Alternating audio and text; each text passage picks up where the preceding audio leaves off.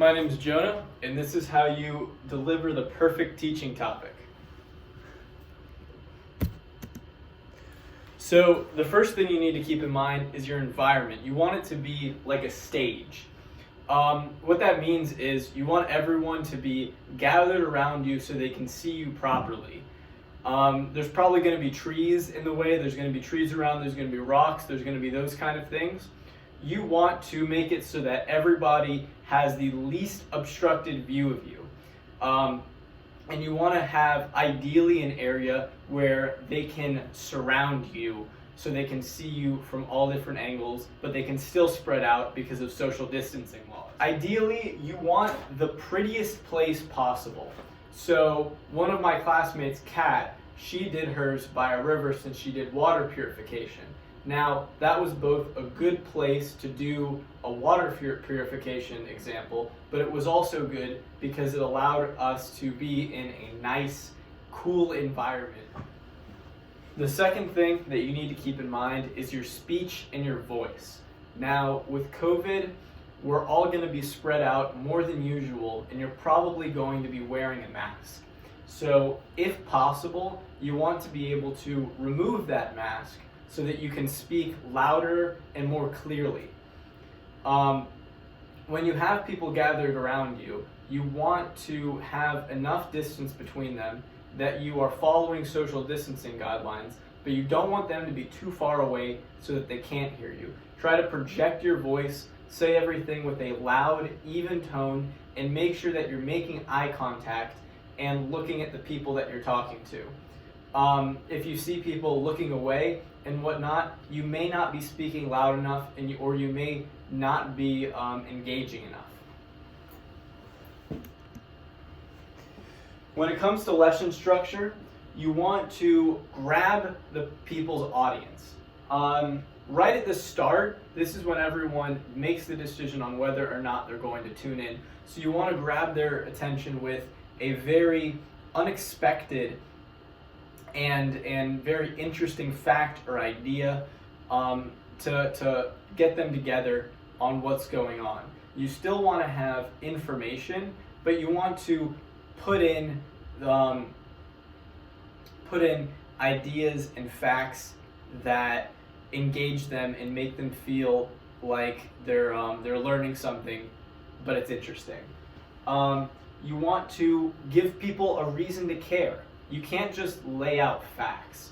For example, when you're talking about tents, you don't just want to say tents are good, tents are cool, tents do this, you set up a tent like this. You want to say you set up a tent like this because it makes you safer in this way. You want to tell them the risks and the benefits of doing the tent properly.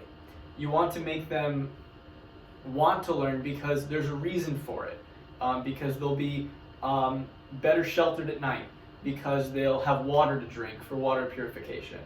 You have to give them these reasons.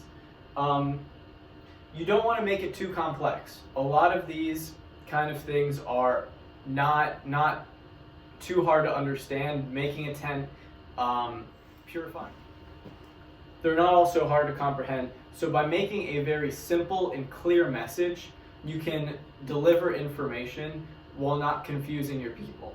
If you talk about something unrelated, or you talk about a lot of details, or you go way too in depth when it comes to it, people might get confused, they might not understand, and then they won't pay attention, they'll zone out a lot of the lesson, so you definitely don't want that.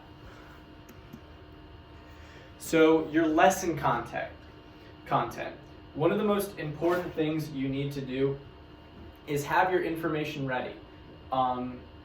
There are going to be facts, statistics, and data that you need to present to people, and you need to have this memorized and up to date. So that means getting together a list of statistics. When you're talking about why you need to do something, bring up a statistic of how many people have died, have been injured by not doing it. When you talk about the benefits of it, bring up statistics on how this has helped. Some ways that you can do this are by making a script or memorizing the facts and data in advance so that when you come in, you're prepared and know what to say. Group engagement. You want people to understand what you're saying, you want people to be interested in what you're saying, and you want to involve your audience. One way you can do this is by asking them questions. And when you ask your audience questions, you're letting them think about what's happening and making it a less of I'm talking at you than we're talking together. When it comes to group engagement, the number one thing is to involve them.